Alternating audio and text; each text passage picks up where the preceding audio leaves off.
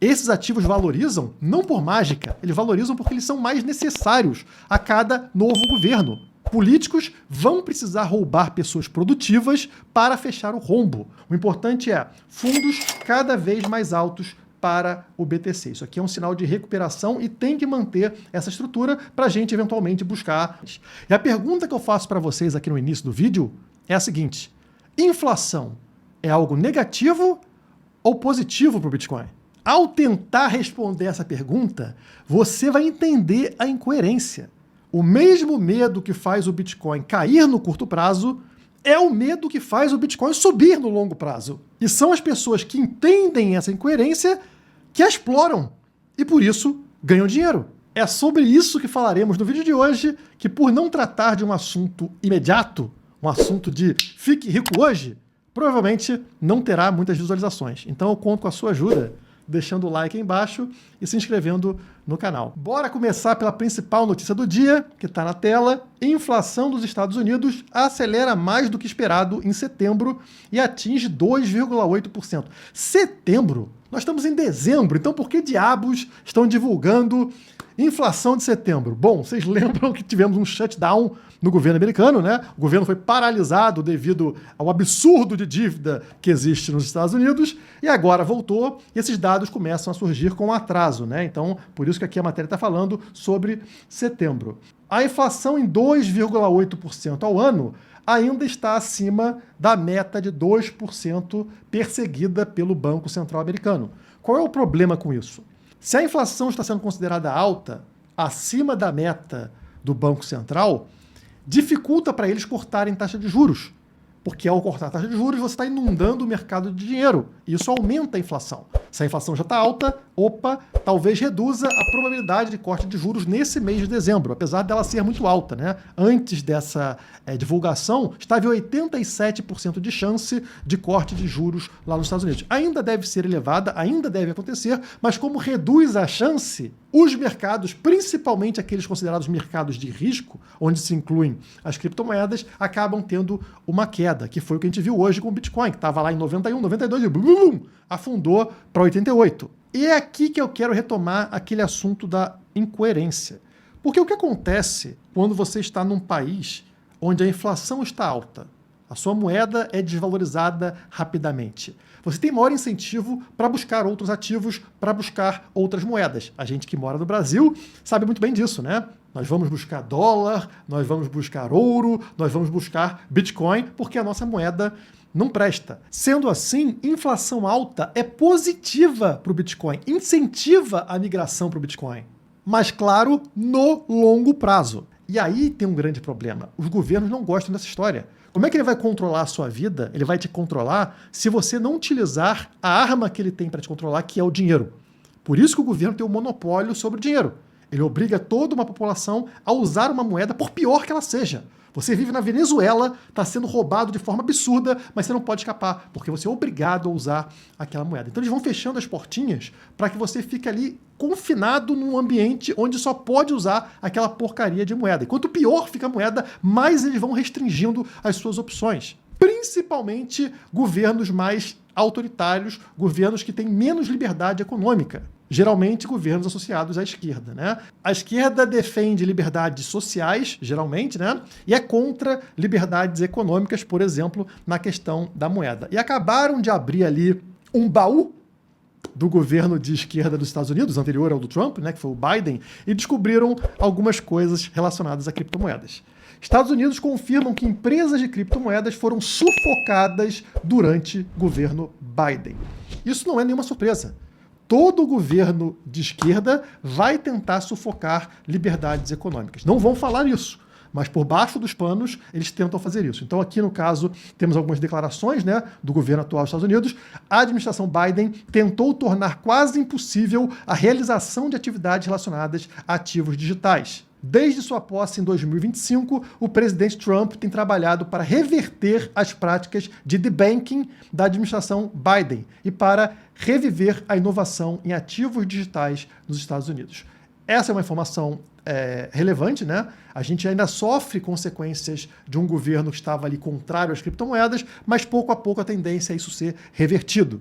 E agora a gente também tem um governo de esquerda no Brasil que está atacando as criptomoedas. Estão começando a cobrar imposto, estão começando a fazer exigências para as corretoras, como falar para onde foi a criptomoeda, a carteira de quem está recebendo criptomoedas, ou seja, acabando com a privacidade e cobrando impostos naquilo que lá atrás eles falavam que jamais seria cobrado, né? Não, vamos somente pedir para você declarar, mas não tem imposto nenhum, fique tranquilo. Já mudou, já reverteu esse processo. E por que eles estão mudando isso? Porque, pelo outro lado, eles começam a espremer a parcela da população que tem mais dinheiro. Dinheiro esse que será incentivado a sair do Brasil, a migrar para o Bitcoin. Então, para evitar essa migração, eles tentam fechar as portas enquanto pressionam esses indivíduos. Do que eu estou falando? Por exemplo, vocês sabem que a ideia é que quem recebe até R$ 5.000 por mês, estamos falando aqui de 86,2% dos brasileiros, né? Olha aqui no gráfico, não vai pagar imposto de renda. E isso parece ser ótimo. Você fala, pô, que bom, né? 86% não vão pagar imposto de renda no Brasil. Mas a pergunta que você tem que fazer é, da onde vai vir o dinheiro, então? Se 86% vão parar de pagar, quem vai pagar o restante? Sim, os 14% de brasileiros, né, que recebem aqui acima de R$ 5.000 por mês. Então nós temos uma parcela pequena da população que vai precisar ser cobrada na pessoa física e na pessoa jurídica para bancar toda a festa. Mas será que essas pessoas vão ficar paradas? Ah, tudo bem. Vão me cobrar agora muito mais do que cobravam antes? Não vou fazer nada. Óbvio que não. Essas pessoas tendem, primeiro, a tentar mover o dinheiro, levar esse dinheiro para offshore, levar esse dinheiro para outro país, levar esse dinheiro para Bitcoin e para criptomoedas. E aí está o motivo deles começarem a fechar as portas para acessarem criptomoedas. E, em último caso, essas pessoas saem fisicamente do país, né? Vão morar em outros países, mudar para um país que não olham para elas como se fossem inimigas. Ah, você é rico, portanto você é meu inimigo, você vai ser atacado. Não, tem países que vão fazer o contrário. Tem vários países ao redor do mundo que, por exemplo, cobram 0 de imposto sobre Bitcoin, sobre criptomoedas. Só que o que vai acontecer se essas pessoas, esses 14% que têm mais dinheiro, conseguirem escapar do roubo, dos impostos? Conseguirem comprar Bitcoin, conseguirem mandar o dinheiro para fora ou saírem do país e levarem suas empresas para fora? Bom, não vai fechar a conta. Se o governo espera que 14% cubram os 100% e esses 14% conseguem fugir do imposto, ninguém paga a conta. Quando ninguém paga a conta, o que o governo faz? Ele imprime dinheiro para fechar o rombo. E imprimir dinheiro se chama inflação, desvalorização da moeda. Rapidamente, esses 86% aqui que estão abaixo de R$ 5.000 passarão a ganhar mais de R$ 5.000 por mês. Porque R$ 5.000 por mês lá na frente vai ser equivalente ao que hoje é R$ 2.000, por exemplo, devido à inflação. E aí o governo vai chamar essas pessoas que não mudaram absolutamente nada de patamar de ricos, cobrando esse imposto maior sobre essas pessoas que continuam pobres. E é aí que está a incoerência. A inflação que no curto prazo faz o Bitcoin cair é a mesma inflação que no longo prazo faz o Bitcoin subir. O Bitcoin ser mais desejado. As pessoas querem escapar da inflação e por isso migram para o BTC. Essa frase, Bitcoin é um ativo do medo, não é minha. Ela é do Larry Fink, CEO da BlackRock. Tá aqui, ó. Bitcoin é um ativo do medo, diz CEO da BlackRock. E ele explica aqui exatamente esse ponto de longo prazo que eu estou falando para vocês, né? Bitcoin é um ativo do medo. Você possui Bitcoin porque está preocupado com sua segurança física. Você possui porque está preocupado com a sua segurança financeira. A razão fundamental de longo prazo pela qual você o possui é por causa da desvalorização dos ativos financeiros devido a déficit. Ou seja, os governos têm um rombo, um buraco enorme ali de dívida e eles tentam repassar isso para os mais ricos. E essas pessoas olham para o Bitcoin como uma possibilidade de se salvar. Então, notem, é o medo de ser roubado que leva as pessoas ao Bitcoin. Infelizmente, ainda existem milhões de pessoas no Brasil que acham que vão se aposentar lá pela aposentadoria do governo, contribuindo lá com X% do salário ao mês e que vão receber algo lá na frente. Não vão, isso não vai acontecer. Só que se essas pessoas migrarem para ativos escassos, por exemplo, o Bitcoin, elas conseguem se aposentar. E não lá quando tiverem velhinhas, muito antes disso, justamente pelo que eu e o Larry Fink falamos.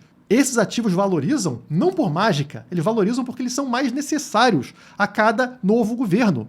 Políticos vão precisar roubar pessoas produtivas para fechar o rombo. E é isso que faz com que mais e mais pessoas migrem pouco a pouco para dentro do Bitcoin. Isso gera valorização do ativo e torna, portanto, aqueles que possuem Bitcoin mais e mais ricos, aproximando a data de aposentadoria. Para fechar o vídeo, eu vou falar sobre gráfico rapidamente, né? Vocês estão vendo aqui no gráfico diário do Bitcoin, dentro da Quant Fury, onde vocês compram criptomoedas aí sem pagar taxa. Apesar de uma mínima de 88 mil dólares, já estamos acima de 89, tá? E o importante é manter essa estrutura de fundos cada vez mais altos. Encontramos o fundo do poço, a correção em 80 mil dólares, nesse momento aqui no dia 21 de novembro, subiu, fez um novo recuo, chegando a bater aqui em 83 mil dólares, fundo mais alto.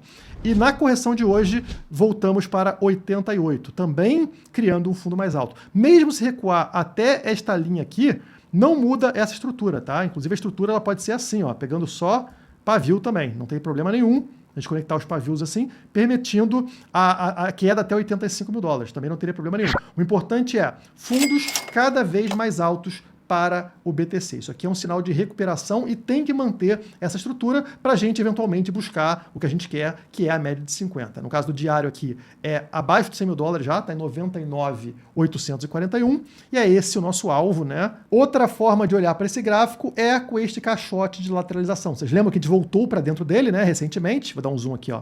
Olha como o preço volta para dentro desse caixote de longuíssimo prazo nesse ciclo de alta do Bitcoin, que é muito positivo, e agora viemos testar o fundo dele mais uma vez. O fundo dele está aqui em 88 e alguma coisa. Então o preço caiu e está respeitando no dia de hoje esse fundo, tá? Então, para ser preciso, ó, 88.900 está o fundo desse caixote, estamos 89.200. O que eu quero ver é o preço se mantendo aqui dentro ao longo do final de semana. A gente sabe que final de semana é perigoso, porque o volume é mais baixo, pode acontecer um recuo aqui, a gente não quer perder a reentrada deste caixote. Por sinal, no gráfico semanal, também nos mantemos acima da importantíssima média de 100. Ela está posicionada hoje em 84.170, então ainda estamos acima dela. Depois de vir testá-la aqui, né, na semana, continuamos acima da linha branca, que é muito importante, né, confirmar ela como suporte para vir buscar o nosso alvo, que é a linha verde. Aqui também é a média de 50, mas a média de 50 semanal posicionada em 102.280. Como eu falo para vocês, sempre que perdeu a linha verde, o Bitcoin voltou para testá-la como resistência. Então esse é o nosso objetivo, esse é o nosso alvo, né? Como vocês viram, no gráfico diário está em 99, no gráfico semanal está em 102. Essa é a região que a gente quer buscar para fazer um reteste e aí confirmar. Continuamos em ciclo de alta, rompendo essa média, ou bate e afunda, confirmando o ciclo de baixa. Já pediu o like? Não, né? Deixa o like, se inscreve no canal. Muito obrigado.